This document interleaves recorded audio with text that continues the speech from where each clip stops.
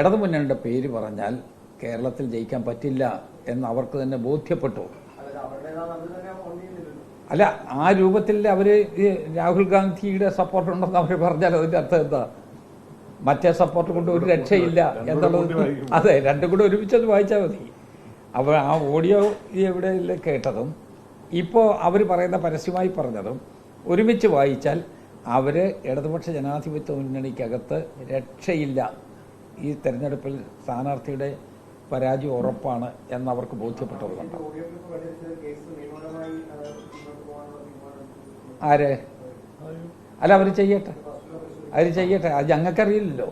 അതിപ്പോ അവർക്കകത്ത് തന്നെയുള്ള തർക്കമാണ്. ഏതായാലും ഞങ്ങളൊന്നും അല്ലല്ലോ, ഞങ്ങളിറക്കിയല്ലോ. അപ്പൊ അത് അവർക്ക് തന്നെ അവർ തന്നെ നടത്തുന്നു.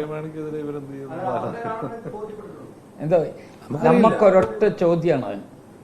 കാരണം ഇടതുപക്ഷ ജനാധിപത്യ മുന്നണിയുടെ പ്രഖ്യാപിത നയത്തിന് വിരുദ്ധമായി ഇവിടെ നിലപാടെടുത്ത ജോസ് കെ മാണിക്കെതിരായിട്ട് ഇവരെന്ത് ചെയ്യുന്നു എന്നുള്ളത് ഇവർ പറയണ്ടേ. ഇടതുപക്ഷ ജനാധിപത്യ മുന്നണിയുടെ പ്രഖ്യാപിത നയം എന്ന് പറയുന്നത് രാഹുൽ ഗാന്ധിയെ അനുകൂലിക്കുകയല്ലല്ലോ, രാഹുൽ ഗാന്ധിയെ എതിർക്കുകയാണല്ലോ. ഇന്നും രാഹുൽ ഗാന്ധിയെക്കുറിച്ച് മാത്രമല്ല, രാഹുൽ ഗാന്ധിയുടെ മുത്തശ്ശിയെക്കുറിച്ച് പോലും പിണറായി വിജയൻ കമന്റ് ചെയ്തിരുന്നു. ഞങ്ങളതൊന്നും പറയുന്നില്ല.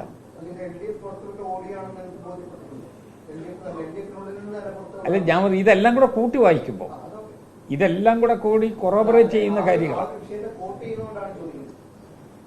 അല്ല,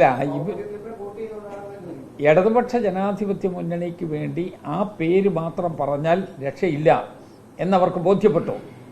ഇന്നിപ്പോ ഈ പ്രസ് ക്ലബിൽ ശ്രീ ജോസ് കെ മാണി നടത്തിയ പത്രസമ്മേളനത്തിലും അത് തന്നെ പരസ്യമായി പുള്ളി പറഞ്ഞു. പരസ്യമായി പറഞ്ഞു എന്ന് പറഞ്ഞാൽ പിന്നെ വേറൊരു ചെറിയ കുത്തിത്തിരിപ്പ് കൂടി അതിനകത്ത് ചേർക്കാൻ ശ്രമിച്ചു എന്ന് മാത്രമേ ഉള്ളൂ.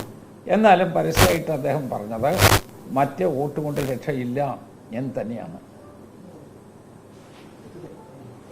ഓക്കെ.